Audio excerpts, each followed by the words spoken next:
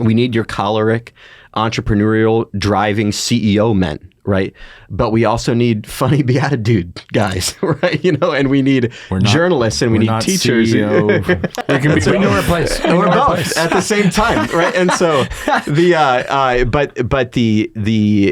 multiplicity of personalities in the saints, men and women, sheds a little bit of light and should be a little bit of a guide for us to say that, the pictures of masculinity that we give ought to appeal not only to our football-loving, kind of testosterone, bleeding. Okay, maybe you can cut this. No, I got you. Bled testosterone. Keep going. I've bled it so many times.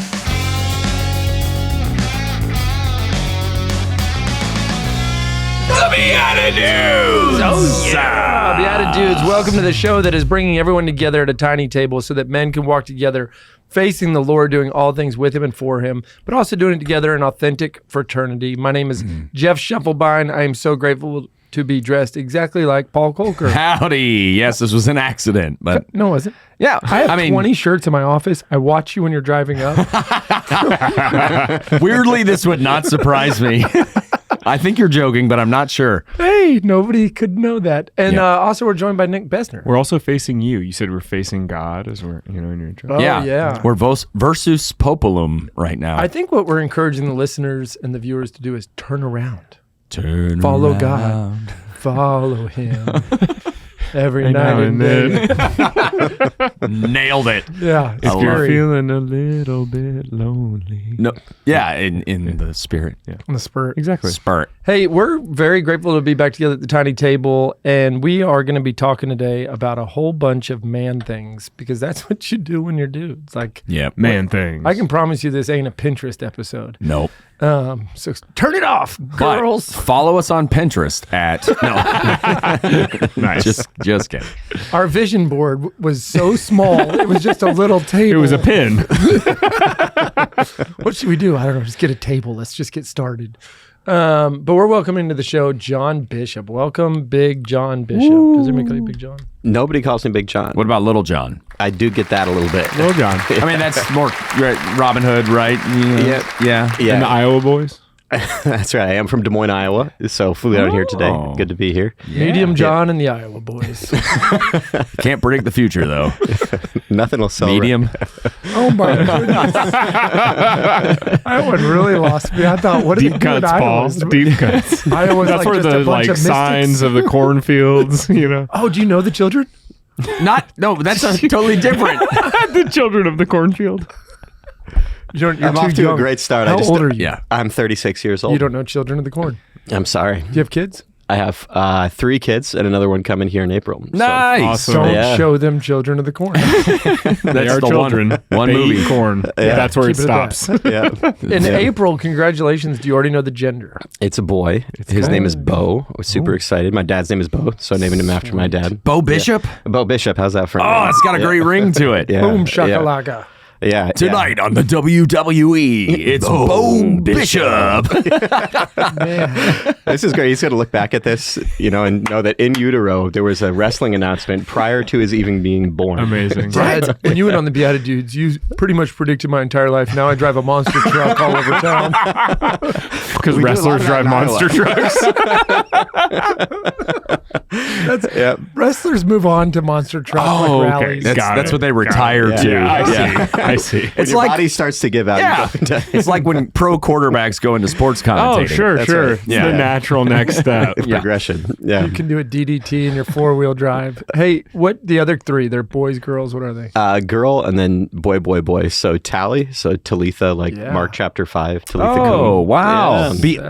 Awesome. No, is that my Little Girl Arise? Yeah, that's right. Yeah. Wow. So she's number 1. And then Benedict Hosea. Love that name.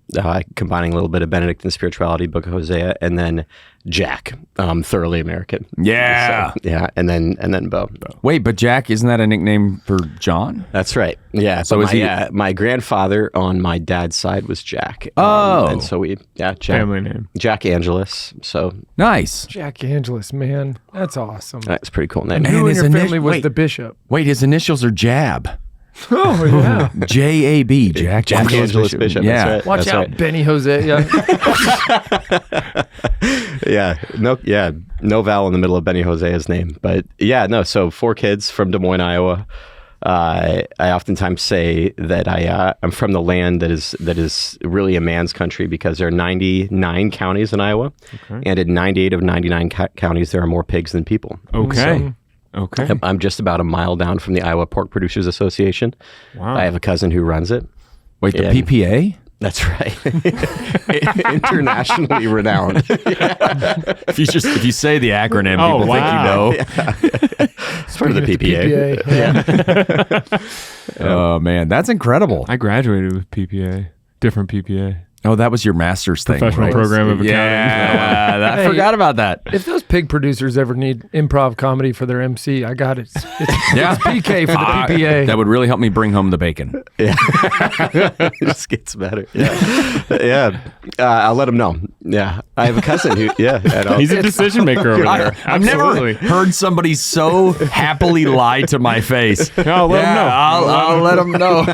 I do see my cousin regularly. Maybe she would. Oh, that's okay. She's Catholic, Yeah. so she probably would be okay with maybe considering it, With maybe considering it. There This you is- go. Hey. This was how all my prom dates She went. might maybe consider it. I asked girls, and they're like, well, I'd be happy to maybe consider it. John, what's your girl cousin's name?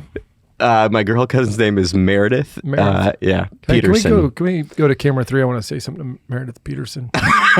Meredith. No, it's me talking. Oh, Just sorry. because you're dressed like me, you don't get to start. Yeah, I thought we were doing every other word. she's gonna kill me for mentioning this. You'll but see yeah, where I'm going. Meredith Okay. Peterson at the Iowa Pork Producers Association. Yep. Listen, we all know the PPA is a big deal, Meredith. That's right. But you have your own skepticism. You're maybe going to possibly consider something that John's going to tell you about a possible MC who has a Catholic background but is able to appeal to all audiences. But I don't, for 1 second, think that you're doing anything wrong by having skepticism. So Yeah. right now, I'd like to give you the first opening minute and a half, but not of the actual PPA program. We would like for Paul to maybe have a chance to be in front of the pigs themselves. Can we put maybe together a highlight reel of what Paul would do for the pigs Yeah. now? I'll intro him and he'll come right up. There we go. And then if you like the way he got those piggies belly laughing, and when he brings it on, then you can hire him, and I'm his agent. You can reach out to me. I dress like him. I don't know if I have a full minute and a half, but I got a solid 10 seconds. So let's do this. Ladies and gentlemen, mostly pigs, Paul Kolker.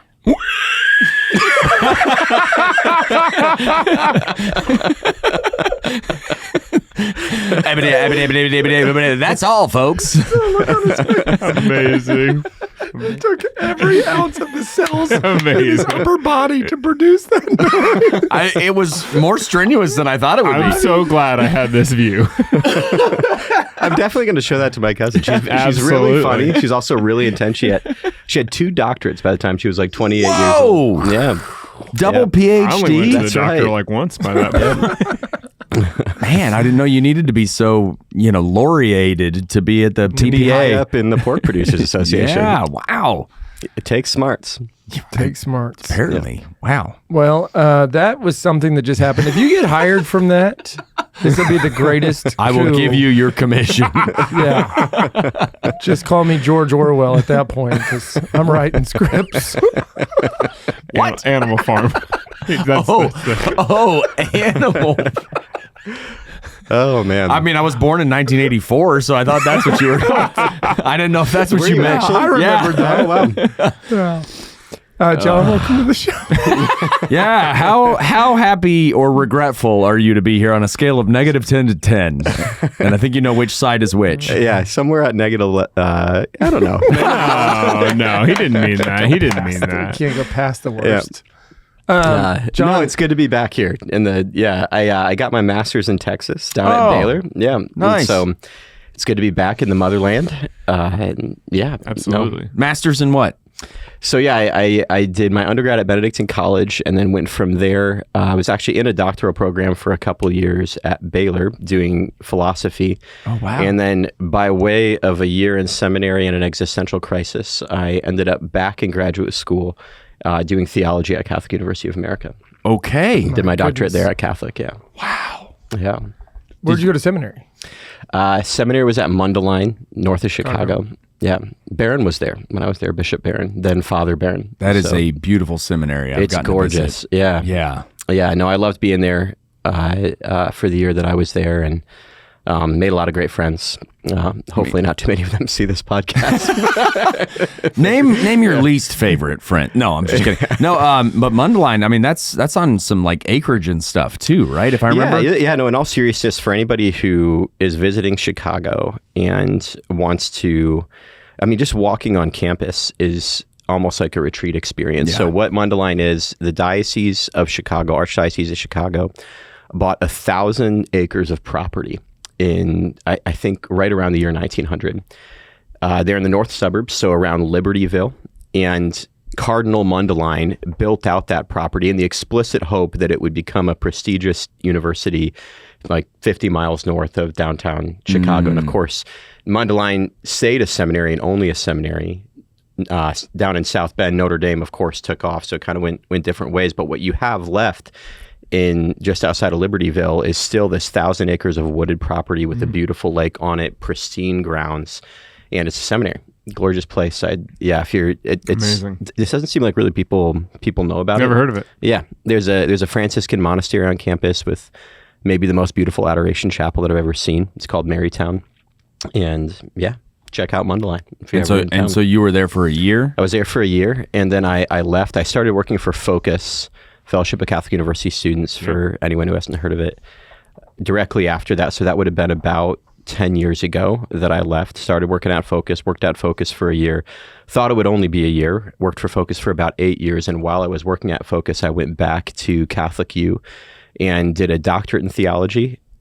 My specialty was in sex ethics, and I leaned in really heavily to the kind of overall body of theology, which is the thought of John Paul II. And then eventually I wrote a doctoral dissertation that developed John Paul II's thought on the topic of masculinity. So I defended that about 3 years ago, and it was, people have heard of the concept of the feminine genius, but a lot of times John Paul II will be critiqued, might be too strong of a word, but it's seen like there's kind of a hole in his thought on the topic of masculinity. And so what I sought to do was to develop the thought of John Paul II.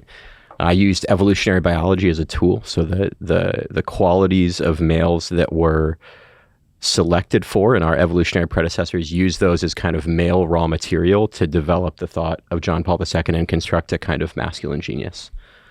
Wow. Yeah. No small feat there. Tuesday stuff. You know? Tuesday afternoon. I had a good time doing it. Yeah. No, That's amazing. That's incredible. So would you say that it developed along the lines of something like love and responsibility and like... Yeah. So the way that the dissertation played out is I spent about, really the first half of the second chapter talking about the crisis of men and masculinity in the church and the culture, downward trends in religious demographics with men, downward trends in the world at large, and negative impacts on men of the culture. And then really just what I did is I talked about what masculinity would have looked like in Eden. So kind of following that John Paul II theology of the body lens. When John Paul lays out theology of the body, he talks about he talks about humanity prior to the fall. He talks about humanity in the fall, and then he talks about humanity insofar as it's been redeemed. So that kind of three ways of viewing humanity is how I went about the dissertation. So if you're kind of like if you're peeling back layers of humanity, almost like it's like layers of an onion, right? Then you're looking at humanity through the lens of Genesis, and then through the lens of sin, and then through the lens of Christ. And yeah, that was the dissertation. It was a great time. Really enjoyed writing it. And yeah. What were you doing for Focus while you were busy writing dissertations and filling in the gaps that JP2 missed? Appreciate that. Yeah, I did a lot of things at Focus. So I started out working at Focus Missions, which was an incredible time. So what that is Focus's department that organizes mission trips all over the world. And so I got to lead a bunch of those, write some curriculum for them. And then went from there, I founded or co-founded a program and built a program called Focus Summer Projects, which is basically a series of summer institutes around the country that gives students an option to both work a full-time job and also get a lot of spiritual and intellectual formation in the summertime. You live in community, work at a resort, grow in your faith, make friends. But then I also oversaw a few other departments, focuses, retreats, program, kind of big chunks of focuses, curriculum department, and a few other things. So yeah, loved Focus. Still have, in fact, just as I was coming down today on the flight, I was corresponding with a bunch of Focus missionaries down here in Texas. And so it's... Did you tell them where you were coming? I did. I said I'm coming to the prestigious BeatiDudes podcast. Yeah. That's right. Why are you laughing? It's not even funny. It's not even a funny podcast. No, nobody's laughing. Come on, man. I love your the summer retreat thing. I one time was being toured around the what's that hotel called? Broadmoor. Oh, and, yeah. I yelled at 3 of my kids, and the guy touring me goes, "I'm Catholic." And you ran into a summer projects kid. I literally, Wow. I go, "Ambrose, Pax, Benedict." And he goes, "Oh, I'm Catholic." And I go, "Okay, yeah, me too. Yeah, I we am had too. I know you locations, didn't ask me, but I am too." And then I realized how many Catholics we had there. It was awesome, brother. Good job. Oh, wow. Yeah. That's summer projects. Yeah. Yep. I don't think we've been at the Broadmoor for a couple years. We had 2 or 3 Well, a lot years. happened that year. It got really weird. Just kidding. Well, the Schiefelbein showed up and they're like, we can't do this. No more Catholics at the Broadmoor.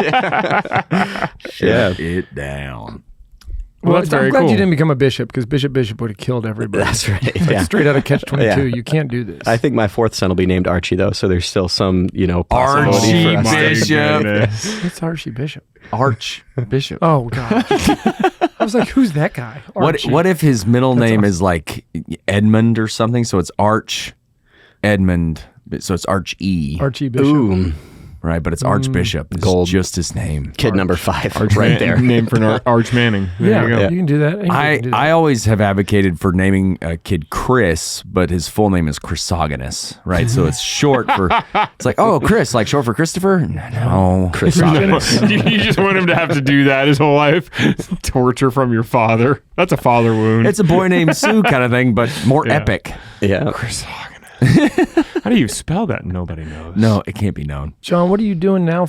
What are you forging in the world now? That's a great question. Yeah. That's what I ask everybody. Nice these questions. shoehorned in tie-in there. Yeah. So I run an organization called Forge now. And essentially what Forge does, it really draws forward a lot of the things that I did in Focus, but essentially the way that the story went is I started to notice over the course of my time in Focus that most of the campuses where we were serving, and not just in Focus, almost any Catholic organization that we were collaborating with, you went Catholic organization after Catholic organization, and you noticed that a lot of them had very few men in relation to the number of women who were involved with the programs. And so that was one of the things that went with me into my doctoral studies, and I didn't anticipate ever working full-time with men, but a little over 3 years ago, my wife and I had a conversation, and we said, hey, what would it look like to do a lot of the things that we're doing in Focus, but in a different place and going after a different demographic? So one way to understand Forge is that if you were to take a Focus program, for anyone who's familiar with the Fellowship of Catholic University students and how they work on college campuses, doing mentorship and starting and sustaining small groups. Essentially what Forge is if you were to swap a college campus for a metropolitan area, and if you were to swap college students for dads. So you've got in a Forge program in a city, so right now we're active in Des Moines and in Wichita. We have full-time staff in both of those cities. What you've got a guy who's investing in a core team of volunteers, and then those volunteers are investing in small group leads. That are in turn leading small groups of dads. And so what we're going after is trying to change the church and the culture by virtue of changing the family, by virtue of changing men. So the vision for the organization just kind of arises out of these experiences that I had, which anecdotally seemed to indicate that there weren't very many good men in the church in relation to the number of women. And then disproportionately, yeah. So if you so I oftentimes quote the stat that in any given church on Sunday, according to Pew Research, 61% of the congregation will be female and 39% of the congregation will be male. That statistic that shows that men are generally absent in relation to women in the religious life of the country, either in Catholic circles or in any mainstream Protestant denomination. You're looking at a church that is sort of drained of men. That's kind of one fact. That's a problem for this generation, but it's a bigger problem for the next generation when you consider the fact that, generally speaking, kids are apt to follow the faith patterns of their father much more than the faith patterns of their mother. So I remember going through my doctoral studies and again, anecdotally thinking to myself, you know what, it seems like, generally speaking, with notable exceptions, but generally speaking, when I look at my upbringing and I look at those families that had devout fathers, the kids oftentimes were devout when they became adults. That everybody's got free will. There's huge counterexamples. I know incredible dads that have 7, kids that all left the faith, and I know dads that maybe are a little bit less incredible who managed to raise 7 saints. But study after study that I read going through my doctorate showed that kids are more likely to follow the religious patterns of their father than their mother. I remember reading, for example, there's a wonderful study for anyone listening to this that kind of wants to dig into it a little bit. To my knowledge, the most notable study on faith transmission that's ever been carried out is Vern Bankston's study, 2017, Oxford University Press, Faith and Family Study. And Vern Bankston, Bengston, goes through and he's examining 5 generations of individuals over the course of multiple decades, trying to parse out what are the factors that lead to the faith being transmitted from one generation to the next, so on and so forth. And as he's reviewing his findings, what leads to faith transmission, front and center, one of the foremost results that he comes up with is that if you have a father who owns his faith in a simple way before his children, those kids are, generally speaking, going to follow the faith patterns of their dad more than their mom. And right behind that, he highlights if there are father figures, for example, grandfathers who are willing to do the same, that the kids, that seems to be the direction that they go. So you've got a world today, a church today, where fathers are generally absent, at least to a higher degree than their feminine counterparts. And that's a problem for this generation, but an even bigger problem for the next, right? Because it seems to show that the future prognosis of the church is fairly bleak, right?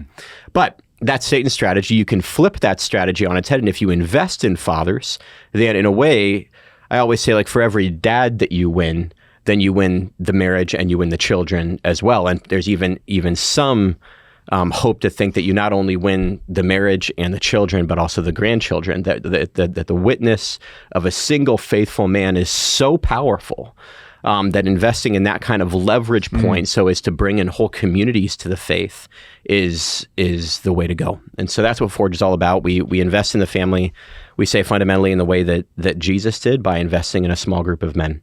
And then in the hopes that small group of men will turn into small groups of families, and then eventually small groups of patriarchs, families of families, and so on and so forth. And so that's what we're after. Why'd you name it Forge?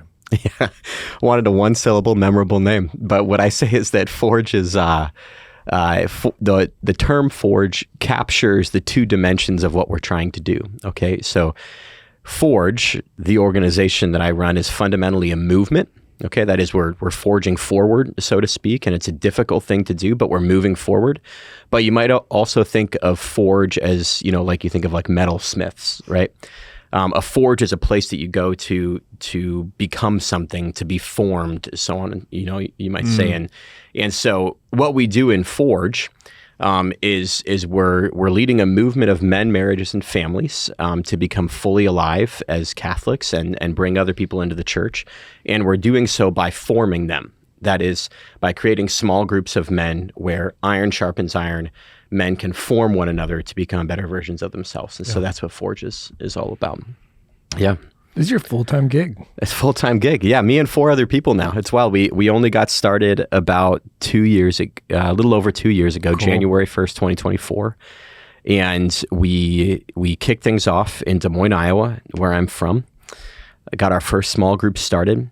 started off with just, I think there was like 4 or 5 small groups of guys that we got together in that first week. We have about 90 active small groups of men in Des Moines now. And shortly after we got started in Des Moines, about a year after we got started in Des Moines, there was an incredible man named Eric Dorneman. Shout out to Eric, who super talented guy, aerospace engineer working in Wichita, Kansas.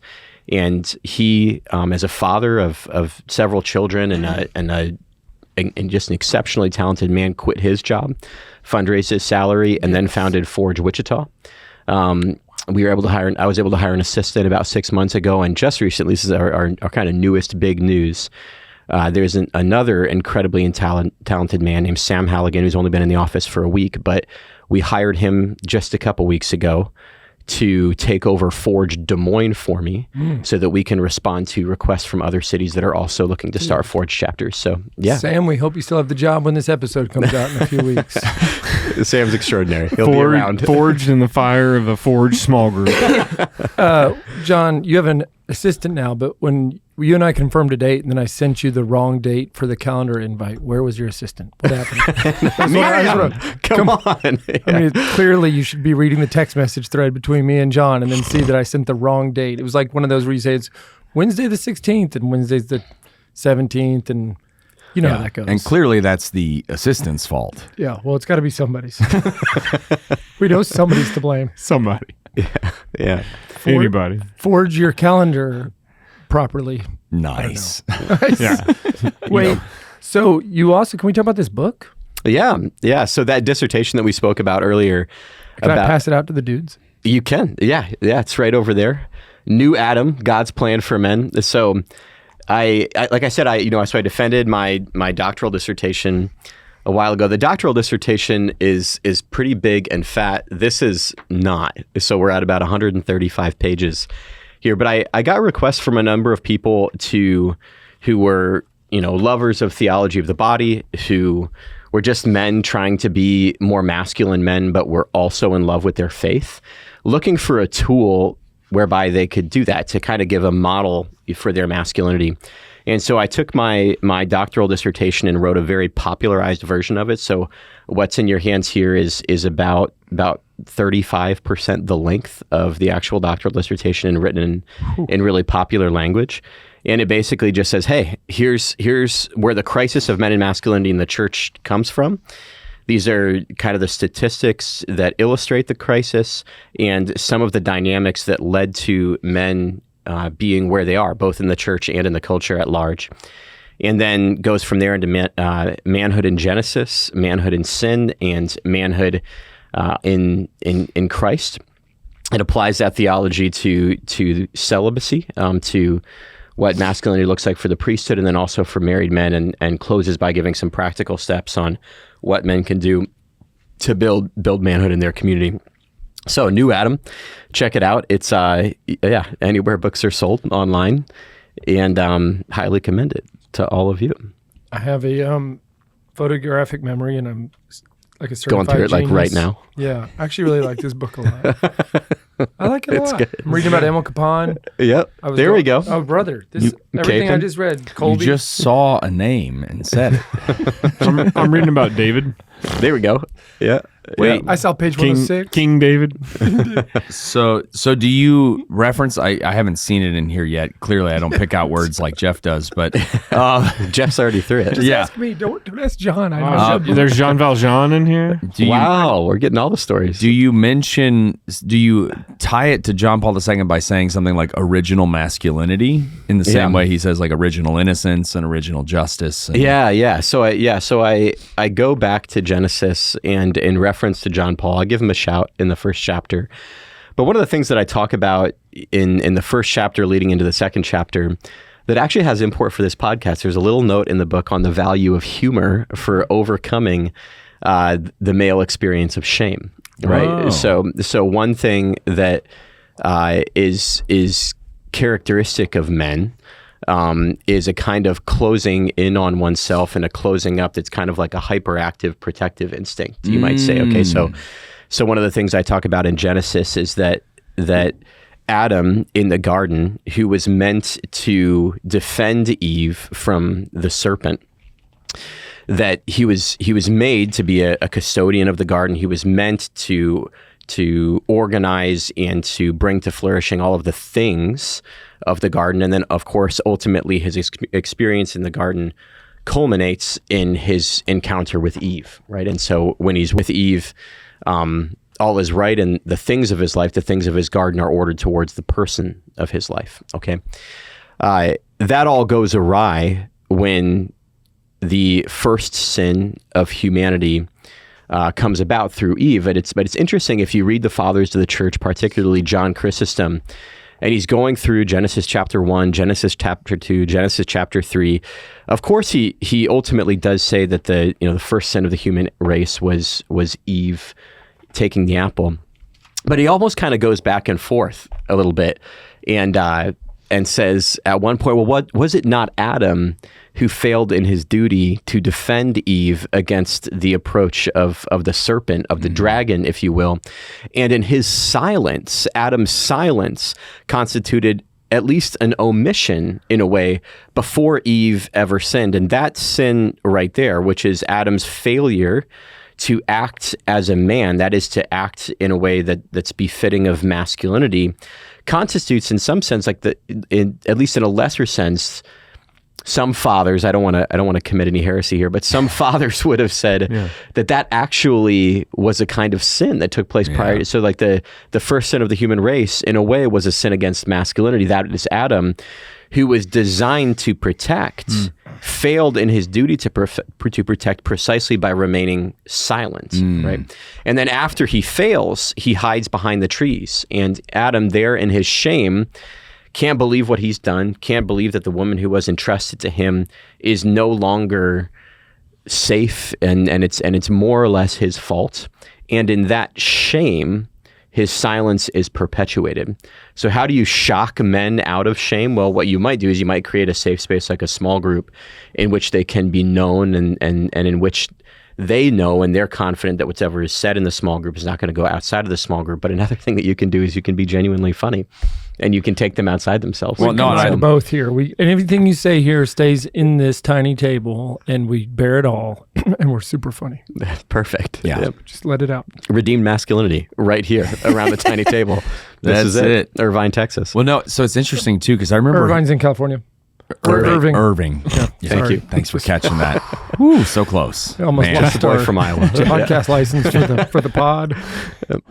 Howdy, co-hosts. Yo! What's up? I love working with you guys. And what I think is so wild is how many people out there say you should separate work life from personal life. Y'all have heard that? Yeah. I'm not so sure about all that. Here, we don't believe it. We think your work life and your personal life should be combined with your Spiritual life. And that's why we combined with hiswayatwork.com. This is a group that helps you to dedicate through consecration your entire business to the Sacred Heart of Jesus. That's right. Make Jesus the CEO of your business by going through the consecration, and you can get your own kit. What you do is you go to the website, HWAW.com.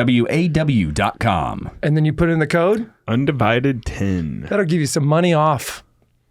And then you can go through and do your own consecration prayers. It's powerful.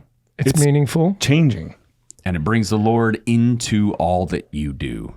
We love you, Jesus. Sacred Heart of Jesus, Have mercy on us. Hiswayatwork.com. HWAW. That's what I meant. Nick, when it comes to investing, I just feel like money and morality don't always line up. What's the answer? Often that's the case, but our friends at Aquinas Wealth Advisors have a really great solution. It's called the Faith and Finance Score. You go on their website and you put in your info. They tell you where you're invested and where it doesn't actually line up with where you want to be. So you mean I don't just have to funnel money towards a retirement fund where I don't know what it's investing in? That's right, you don't. And you don't even have to give up or sacrifice returns. You can get both. So just get on the computer, bing, and I type in the website. AquinasWealth.com. It takes longer to type than it does to get your faith and finance score. Thanks, guys. Great job, Nick. You betcha. You know what I think is hard about starting a business? Healthcare, for crying out loud. It's expensive. It's intimidating. At the end of the day, you're probably paying for stuff you don't even agree with. Can I get an amen? Amen. I knew you could. So what we did is we started working with Solidarity Health Share. Totally different. These folks are aligned with us morally and ethically.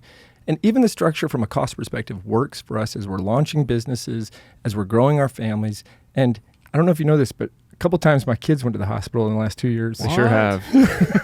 Yours? But Solidarity has walked with us through all of it, including some crazy stuff for Benny Pro, my little boy. So all of this to say, I would encourage anybody out there thinking about their own business, their own needs, check out Solidarity Health Share for a better alternative to regular healthcare. So check out learnmore.solidarityhealthshare.org/BeatiDudes. I remember having this discussion with somebody at one point that, so if you look at it, Adam is the only one present when God gives the command not to eat of the fruit of the tree. Yeah. And then the next thing we see is Eve relaying her understanding of the command to the serpent, because she says, we were told not to eat of it, nor to even touch it, which God doesn't say. Yeah. And so I heard somebody, I mean, again, I don't know if some of the church fathers have said this or not, but one of my friends said something about, basically it was almost like anticipating what the Pharisees did by like adding new laws in sort of an overprotection. That's right. Without You might think Puritanism, you might think any kind of religious rigor that's sort of like gone awry and is no longer actually drawing people into the truth, right, but is instead just sort of embellishing and confusing. Yeah, and so even in that confusion then, right, by like maybe overprotecting. So he wasn't protecting in the moment, but by the way he gave or delivered what supposedly was God's command, he was trying to preempt, right? He was trying to overprotect. Yeah. And in the process, don't even touch it. Yeah. Well, then he set her up for even more confusion, which allows the devil to then jump in with lies and twist things. And yeah, that's right. Yeah, so of course it's true that Eve committed the first sin, and in some ways, you might think that, like a father's children, like them committing sin is not the father's fault, or some sort of like general. Well, yeah, there's individual from the truth is, of course, not the problem of the father, but the fathers are designed to be leaders, right? Yeah. And I do think, it really sits with me very deeply as something that's just true in my experience of going through life, in my experience of so many families, that perhaps the foremost temptation of most dads, of most husbands, is not so much to actively commit sin. That's there as well, but to refrain from things that they ought to do. So like you might think, for example, of the father whose 15-year-old is going, walking out the door on a Friday night and wearing next to nothing in terms of clothing. And the dad knows, he looks at that girl and he knows that when she walks out the door and she goes to that high school party, that the eyes of all the boys in the room are going to be on her, and they're not going to be on her in a way that he wants them to be, but what does he do? Well, he hides behind the trees, right? He doesn't say anything. Mm-hmm. And insofar as that's the way that he acts, he echoes the sin of Adam, which began in Eden and redounds across generations. This silence of Adam is also something that plagues the sons of Adam. And you might think at a very, very deep level as well, the ills of our times, in large part, you might say, come about as a result of men who won't say anything. Right. Men who sort of want to be polite, men who won't speak up. And so that characteristic sin, in my own experience going through life, hits me pretty deep, that I'm guilty of that. Whenever I enter a situation, small or large, in which I should say something, but I don't. Does that make sense? Oh, yeah. In those moments, they feel like fail moments because nobody wants to be you, the one who's speaking up. Yeah. It's really like an ultimate win in the grand scheme of things. But in the moment, you're like, this is so hard. Yeah, that's right. That's right. And so that it's a failure to protect oftentimes, sure. To protect another's reputation, to protect the dignity of your daughter, to protect the dignity of your spouse. But here's another way. It's oftentimes a failure to protect. In other instances, it's a failure to affirm. So one of the things that I do in the second chapter, going through Genesis, is say that, okay, God creates Adam, puts Adam in the garden, and prior to Eve's being created, Adam exists in the garden with no other people, right? He only exists in the world of things. And in that way, men can oftentimes kind of relate to Adam. I think as men, we have a certain predisposition towards things. We like to work. We like to organize things. We like to play sports and games and garage with tools or whatever. That's right. Yeah. So he's at home in the stuff. things, and there's a sacredness to that call, right? I mean, in the church's theology on the dignity and vocation to work, oftentimes what you have is the church throughout her social teaching reflecting on the experience of Adam in the garden. That God created the universe, but he only took it kind of to the 1 yard line and then said to Adam, bring it to completion. And therein lies the dignity and the sacredness of work. Adam tills the garden, but in the garden, as scripture says, he does not find any helper fit for him, right? Neither the dirt, the plants, nor the animals could return his gaze. And so in the garden, he's essentially unfulfilled until Eve comes. And what does Adam do? Well, fundamentally for Eve, he tells her, you are more than the garden. You are not the dirt or the plants or the animals or any such thing that was found here prior to your creation. You are Eve, and you stand over and above everything else that God has created. So he affirms her in her beauty. And in that action lies kind of the second half of Adam's calling. So there's kind of this like negative calling to protect, to ward out evil, but there's also this positive calling to affirm and to tell people who they are. A father's voice carries such magnitude, right? And just as Adam's voice carried enormous magnitude and in a sense kind of bequeathed identity upon his woman, upon Eve, told her who she is, so too does a father's voice do the same thing for people today. I mean, it's like, if you look at, I remember reading Meg Meeker, a book called Strong Fathers, Strong Daughters. Changed my life. Yeah, exceptional book. I remember reading that book once. I found out I was going to be a dad, and kind of typical. I was still a graduate student at the time. I was like, "Oh, I'm a dad." My wife peed on a stick 10 minutes ago, and I need to start reading books to make sure I'm a good dad. And so Tally, my oldest, was still in utero, and I remember reading Meg Meeker's book, Strong Fathers, Strong Daughters. Amazing. And one of the things that she talks about in there is that both young boys and young girls, but here she's talking about young girls, as they climb the ladder of their childhood and enter adolescence. This happens for boys and for girls. They start to care a lot more about what their dads have to say, whereas prior to that point, they were really sort of mother-centric, right? And I actually think that happens only more so for boys than it does for girls, because of course, young boys look to their dads and say, "Hey, how do I be a man?" Young girls look to their dads and say, "Hey, who am I?" And if their dad isn't there to tell them, then they're going to look for somebody else who's going to give them their identity, right? So there's this responsibility amongst today's fathers in 2026 to do the same thing that Adam did in the garden and say, this is who you are. And not only this is who you are, but this is who God is, right? And the way in which young boys and young girls care about how their father answers that question has deep ramifications, both in terms of their overall ability to flourish romantically in the workplace and then religiously. It seems like there's an innate impulse in children, in boys and in girls, that only heightens when they enter adolescence, that basically cues them to look to their dad for the answer to those fundamental questions. Who am I? And then ultimately, who is God, right? It's like they read off of their dad the nature of the divine being, right? I mean, something which for Jeff shouldn't be that too big of a thing. Well, I read the same book, so I read it before you. Okay. So. I want to say this about Meg Meeker for a second. Your book, I already know, is awesome. We read 3 or 4 of her books together, my wife and I. She's Strong exceptional. Fathers, Strong Daughters was the first one. Yeah.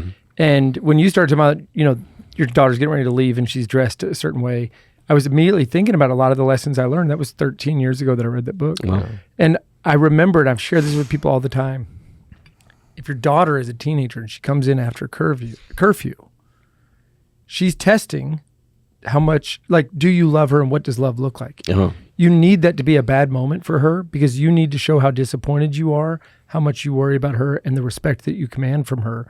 And to do anything else than that is like a signal of not love. It's like, I don't have a lot in the emotional bank account for you because I'm not going to sort of weigh the cost right now. I need to be willing for this to be a very bad moment. Yeah.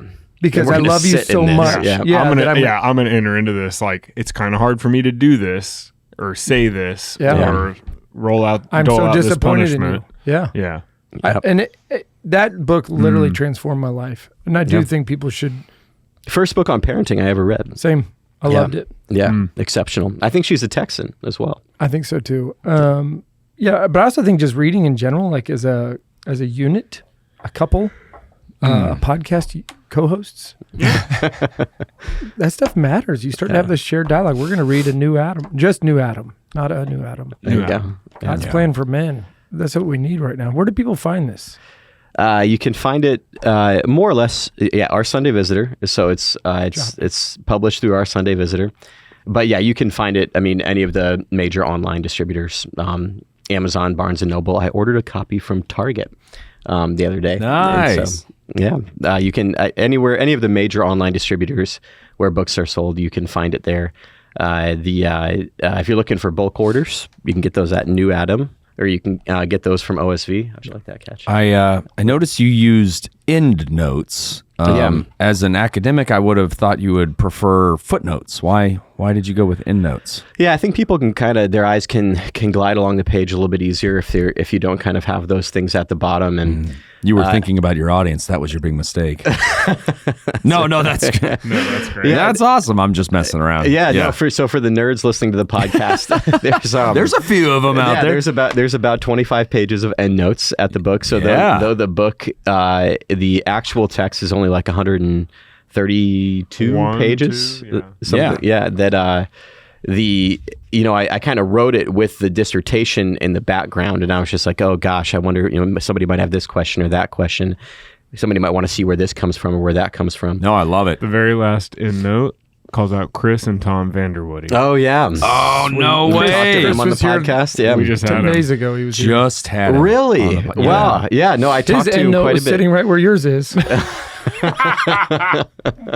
And so were his feet notes. Yeah. So you guys have already then heard the story of Thomas Vanderwoody. He never brought it up. He never brought it up, dude. Weirdly. Doesn't care about. Yeah. No, that was an incredible episode as well. Yeah. If you want to cry. Yeah, That's so cool. And in a way, Thomas Vanderwoody, I think he speaks to this sort of like fundamental question that the book seeks to answer, and that's, what is the picture of manhood on which we should all build our masculinity? That's the question of the book, and I think that's, in a way, the question of our times. That masculinity in today's world has been kind of raised to the foundations. You don't mean lifted. Raised, R-A-Z-E-D. Yeah. Just want to make sure Raised that was meaning the opposite of raised. Yeah. It's weird that the same word means opposite things, but yes. So that masculinity in our times has been kind of demolished down to the foundations. And that's obviously a concerning thing, right? But it's also the case that any time in the church's history where some facet of theology, some facet of what the church has to say about God or about humanity, whenever something is under attack, it might be a cliche thing to say, but that's a reason to be concerned, but also to be excited, right? Because you might think, for example, all the heresies of the early church, for example, about the divinity of Christ and the humanity of Christ, that when those fundamental teachings of the church were under attack, the most beautiful theology of the church on the incarnation, that's when it was written, right? And I think that in our times, kind of the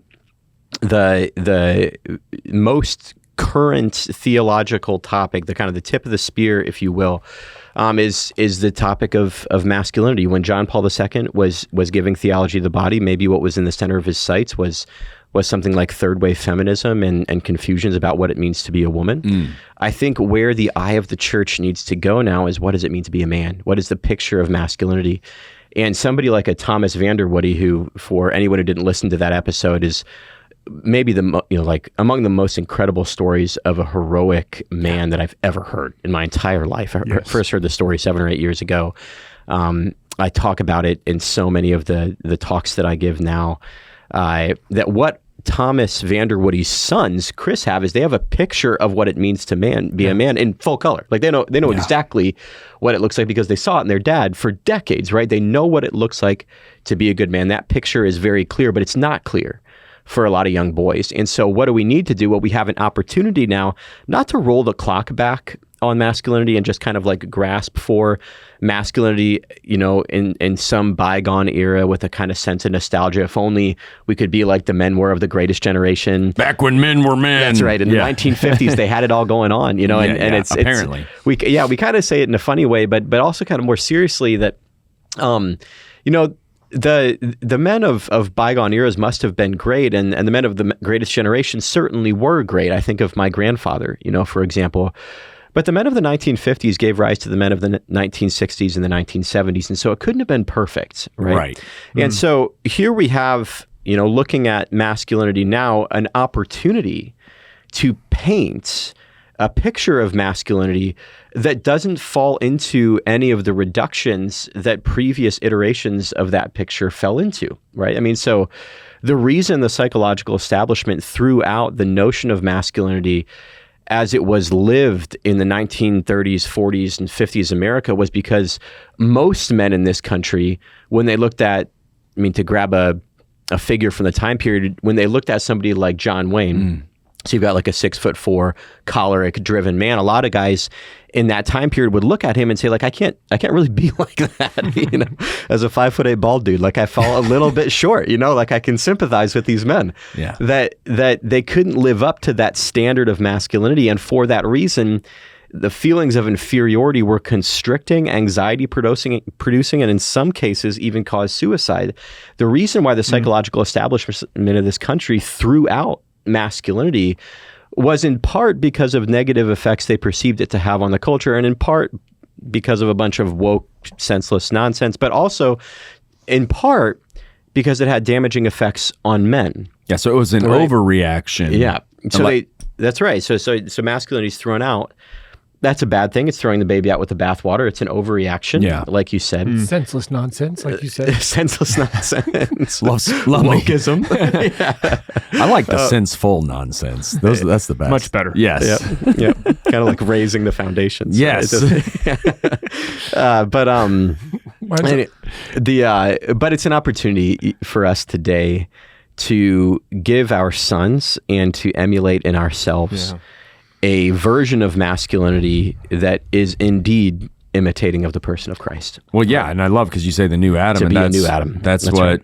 St. Paul says in Corinthians, that Christ is the new Adam. So that's where the title comes from, that awesome. That we can reclaim, and in a way that even surpasses what Adam's experience of it was. Yes. We can reclaim in Christ what it meant to be a man in the garden, but even better now that man is both fallen and redeemed. Whew. Just some light banter. This is incredible. Like, I'm glad we're doing this right before Lent. We're recording, just before Ash Wednesday here. And I don't know, just something about the like living or sitting with this, like, I'm not responsible for my children's sins, but I do have a part to play in what I'm leading them toward. And it's the proactive in both cases. What are you stopping and what are you affirming? Right. Well, influence and impact are very real, for sure, regardless of whether the final outcome is 100% on you, right? That's right. Yep. I mean, so you have to weigh those in the scales, and thankfully God also does that in our own individual judgments, right? Like what were you given, right? Sure. He says, to whom much is given, much is expected, right? Right. So he also takes into account what were we given, but that doesn't mean we withhold it. That's right. Right? Like, you want to give everybody the best shot that they can have at having a healthy domestic church, a healthy family that then spills out into a healthy culture. Absolutely. Yeah. And again, like, it's the influence of a father on his wife, on his children is by any sociological measure enormously grave. Right. But it's also the case that everyone's got free will. And so I've been working full time with men now for a little over 2 years, and prior to that for about 10 years working on college campuses. And the weight that especially devout dads feel when their kids leave the church is so painful. And I don't want anything that I'm saying today to, in any inappropriate way, place too much weight Sure. on somebody who doesn't have that responsibility, yeah. of course. You know, like that's just wrong. Yeah, you're not meaning to accuse anybody. That's right. That's right. You know, I've some of the most extraordinary men that I've met working in Forge since I've been doing the man thing, that they some of them have many kids that have left the faith, and then sometimes you just like look at a guy, like I said before, where it's just like I don't know how this worked out, but all of your kids are seemingly canonizable saints. You know? And so, right. So no inappropriate way. Act like everything depends on you. Pray like everything depends on God, and like that is the paradox of life. That's also the paradox of parenthood. But I think that the people should understand that Adam had a voice, and that voice in the ears and the minds and the hearts of his children and his wife means so much.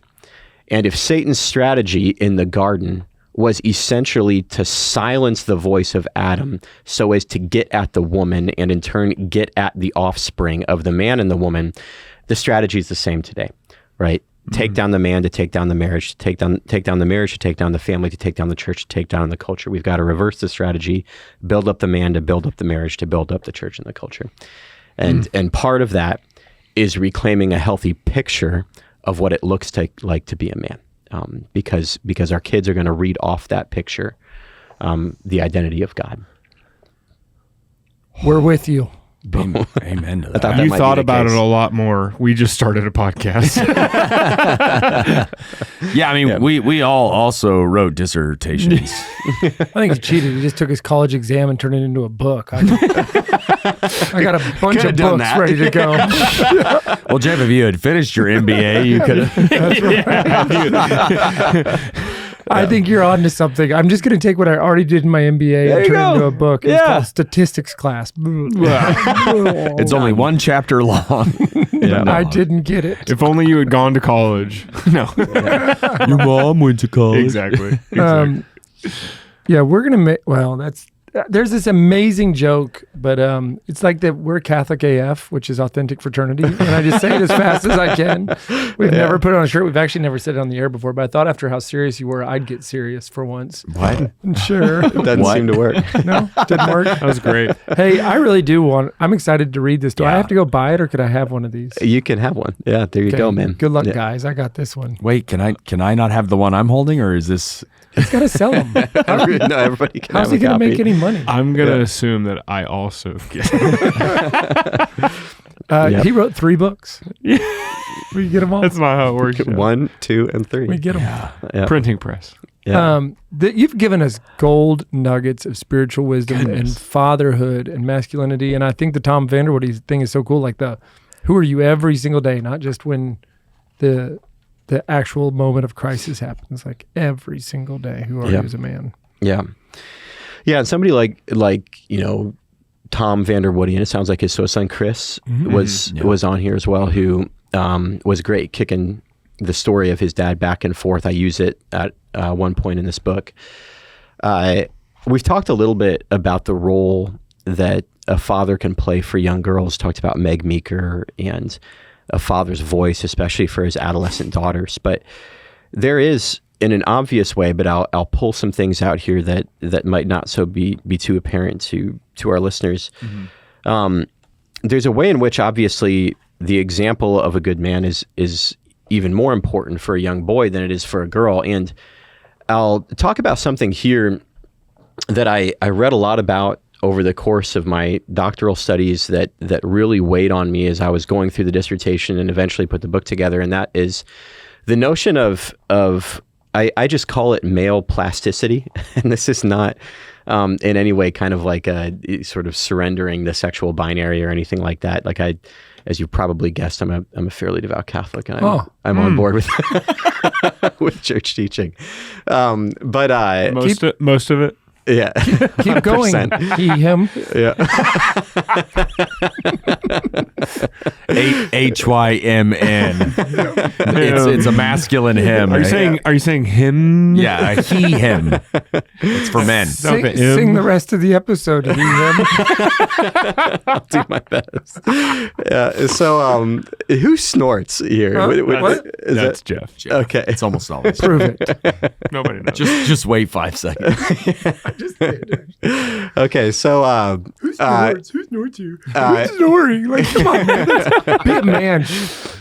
male plasticity. Here we are. And so You do have to keep yourself on masculine track. plasticity. When young boys grow up, they, especially when they reach adolescence, they become really acutely interested in wanting to emulate a societal picture of manhood, and in a way that at least in some ways differentiates from young girls, right? So young girls grow up in an essentially domestic environment. They grow up, I mean, like from conception, they're literally inside their mom and then in close proximity to her and so on and so forth. And when young boys reach that adolescent age, they say like, hey, I've done this thing in and around mom for so long, and now I want to be like, I want to fill this other role that I know I was made to fill. And there's really, really deep reason just grounded in their DNA to want to kind of have a break, if you will, from the time of their upbringing,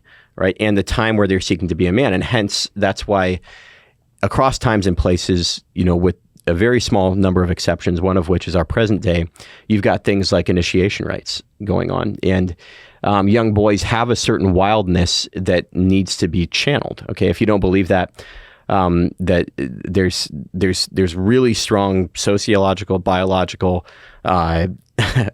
financial evidence to think that that young boys really do have a degree of you might say a risk-prone nature.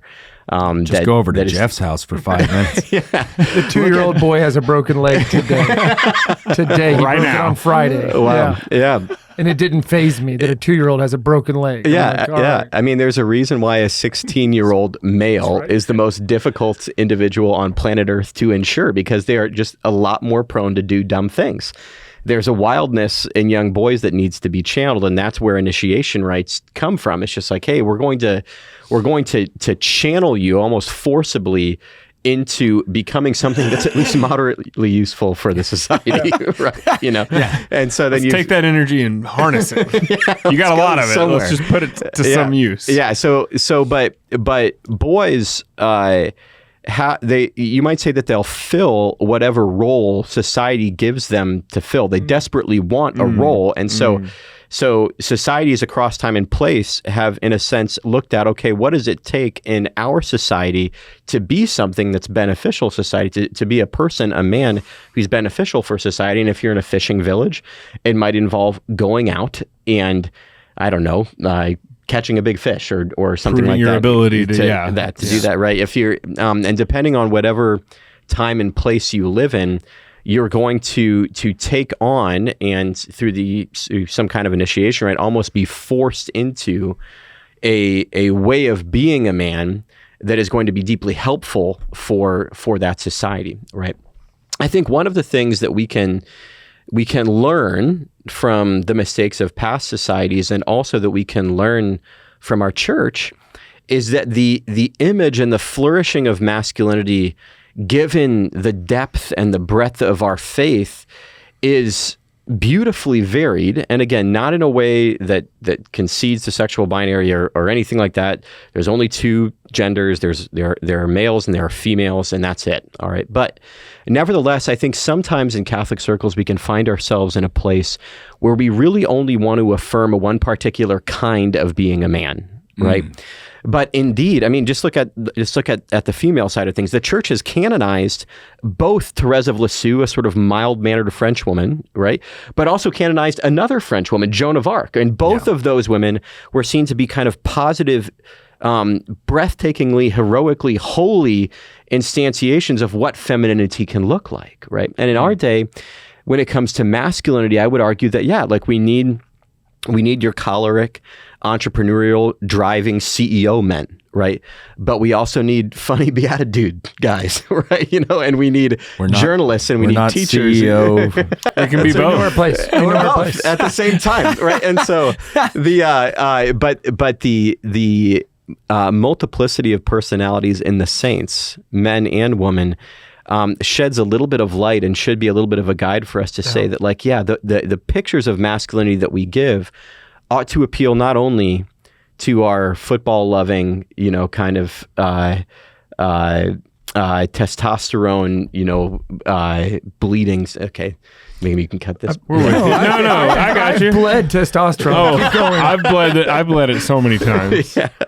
And so, but the images of masculinity that we give to our sons, just like there are different kinds of saints, there also ought to be different kinds of men in a community to whom we expose our sons as all valid ways to be a masculine expressing man. that masculinity. That's right. Yeah. That's great. I mean, my daughters, Holly, Therese, Hannah, Joan of Arc, like we joke about that with them. I like, wish her middle name was specifically. Joan of Arc. I know. Holly, Joan of Arc. Well, Hannah, Joan of Arc. Yeah. Bezner. Right. If you have another daughter, it could be Joan of Archbishop. That's Joan of Arc Bishop. Do you have something? Did you just pull aside one of those chapters there? Yeah, no, You're about to jump into something. We're at the end of the episode, but this is so good. I don't want it to end. Can we keep going? Actually, We're in charge. This is also not so in charge. full of comedy gold that we have to play a game after Paul says something brilliant. No, you were talking about initiation, right? And that this at the end of your book on osvcatholicbookstore.com, it says leaving boyhood Jason behind. Craig. Yeah. Yeah, Jason Craig wrote about reclaiming the gift of manhood and traditional rites of passage, which is what you were talking about. Former BeatiDude guest. I was going to say, we know Oh, that yeah? guy. He had his end notes there too. Boom. Yeah, Boom. but yeah, Shalaka-laka. so much good stuff. Hey, can we literally play? There's so much gold in this episode that I just want to see what happens if we played a game. Let's do it. Let's do it. That's our finish, okay? Okay. You're going to judge us. Everybody go become New Adam. Buy the book New Adam so you know how.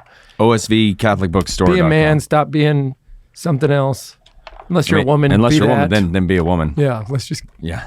Sorry, YouTube. Okay. Yep. And I'm this not game sorry. is called Blessed Are the Joke Makers, for they shall inherit the points. I'm stoked. 100 Okay. points. 100 You got to give points. them out. Character card, Catholic card game card. We have to answer the prompt on the Catholic card game card as a character, whatever this one is. Okay. And you just get to decide which one you enjoyed the most. We all do our take. Yeah, it's our version. My brain is in a million places from all this stuff. He's just I know. been Let's do dumping it. gold It's on us. so good. Yeah. So really, the only way to respond is by being stupid for 5 minutes. So Finish the episode. yeah, If you made it this far, you can just stop. yeah. Or But don't. But don't. Or Yeah. you'll Here we miss- go. You'll miss something special. Okay, so the character we all have to become is, as a drill sergeant, that's appropriate. We have to answer the prompt of, I saw visions of blank after blank.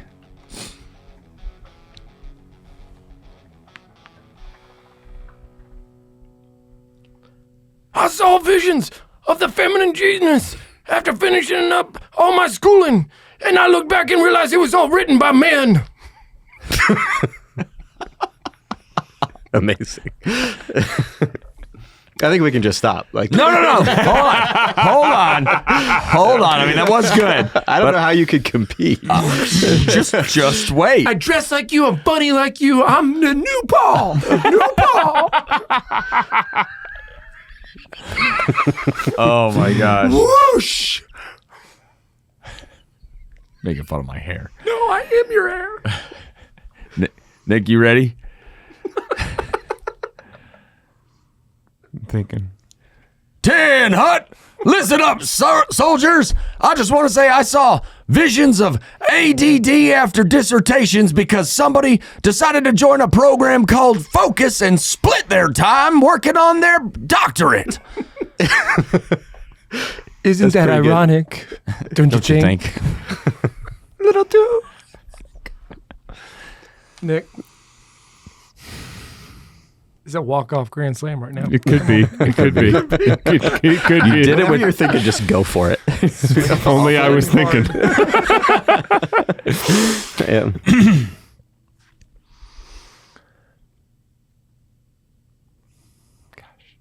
Rite of passage. Strike one. Drop and give me 20, son. I've saw visions of Nothing came. Nothing. I got nothing. I saw visions of the Porky Pig Association in Des Moines, Iowa, gathering together to see Paul Kolker. There we go. Nice. Thank you. That was good. Yeah.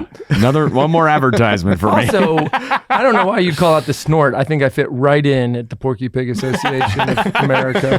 That's for a keynote, though, not an MC. Keynote, yeah. Carrying the theme forward. Yeah. Yes. And Paul, well, after he warms up the crowd, I'll come in and make him cry about pig dignity. Pignity. Do I get to give my verdict? Or You do. Who won? Oh, yeah. Who won? Okay, so I have pignity of work? Yeah. I think Jeff got first and third for sure. So There you go. Awesome. Thank you, Good brother. job, Jeff. Play the music. yourself some Well, I music. think we're about to play our outro music. Oh, okay. Guys, for those of you who are acting like, old Bob or boring Carl, it's time to be new Adam, right? Nailed That's it. right. Yeah. Where was that name. joke? Adjective name. Why didn't you use something that crummy in the game? Jeez. I had visions of old Bob, Jeff's on his third response to the game. but now you're a new I'll Adam. see you guys in Y'all the went dust. into the locker room just wiping your wounds. I'm in the batting cages just popping. Popping dingers.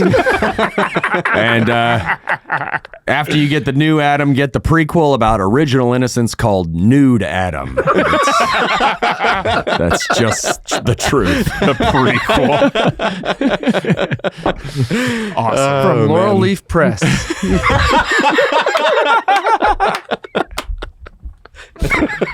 Oh, well, All right, if you don't hire us after this one, it's your problem. you're missing out. John, we're going to be back together with you on Friday. That's going to be the new Friday show. Everything's new. Everything's new. It makes all things new. Ever ancient, ever Adam. new. No. Well, we will see all of you in the misquoted Bible citations. For the rest of you, we will see you in the Eucharist. God bless. Thanks for tuning in. If you'd like to join us at our undersized table, subscribe to the video version of the show on YouTube by typing @ that's the symbol @ so shift and 2 on your keyboard, @the_BeatiDudes on YouTube. We'll see you there. BeatiDudes.